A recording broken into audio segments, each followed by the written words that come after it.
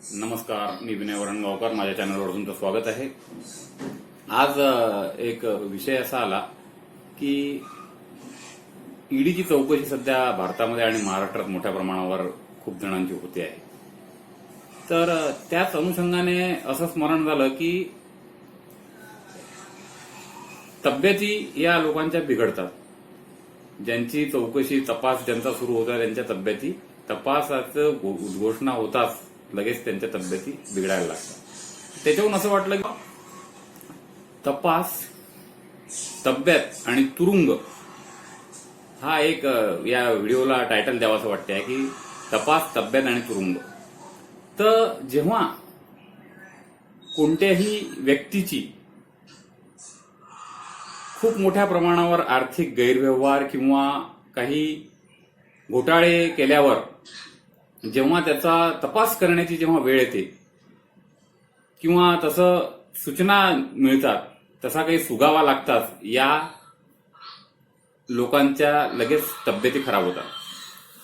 आणि त्या एक प्रकरणाला ते तब्येतीचं कारण सांगून एक बहाणा टाईप बनवण्याचा प्रयत्न करतात किंवा करत असतील. कदाचित खरोखरी त्यांची तब्येत खराब होत असेल, परंतु जेव्हा तपास व्हायच्या आधीची जी वेळ असते तेव्हा मात्र यांची तब्येत ठणठणीत असते.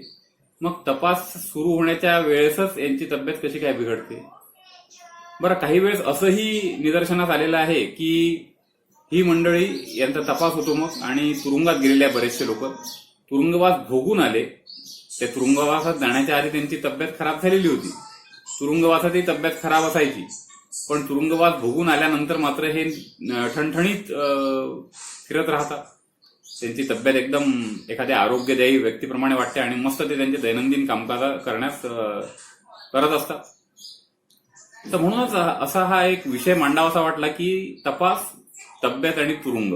तर हे तीन कसं काय आहे की तपासणी सुरू होताच तब्येत कशी काय बिघडते, तर याचा सुद्धा एक तपास व्हायला पाहिजे. याच्यासाठी सुद्धा एक चौकशी समिती सरकारने जरूर गठीत करायला पाहिजे. त्याची मागणी जनतेने करायला पाहिजे की या लोकांची तब्येत तपासणीचा उल्लेख करतात, तपासणीची सुरुवात होण्याची चिन्हे दिसतात, कशी काय खराब होते, याचा काय संबंध आहे तपास आणि तब्येतीचा, आणि इतर वेळेस मात्र हे ठणठणीत असतात. तर याची सुद्धा एक सरकारने याच्या संबंधित एक चौकशी समिती गठीत करावी. त्याच्यावर एक तज्ज्ञ, चांगला निष्णात असा डॉक्टर त्याच्यावर नेमावा आणि हे तपासणीचा आणि तब्येतीचा काय संबंध आहे याचा संशोधन करण्याची वेळ भारतात आलेली आहे. सर्वसामान्य माणसाला मात्र असं होत नाही. आणि तर या पद्धतीने असे सरकारनं असं एक गठीत करावं. लोकांनी सुद्धा त्याची मागणी करावी की बा या लोकांच्या ह्या तब्येती कशा खराब होतात, हा काय यांना धक्का बसतो का?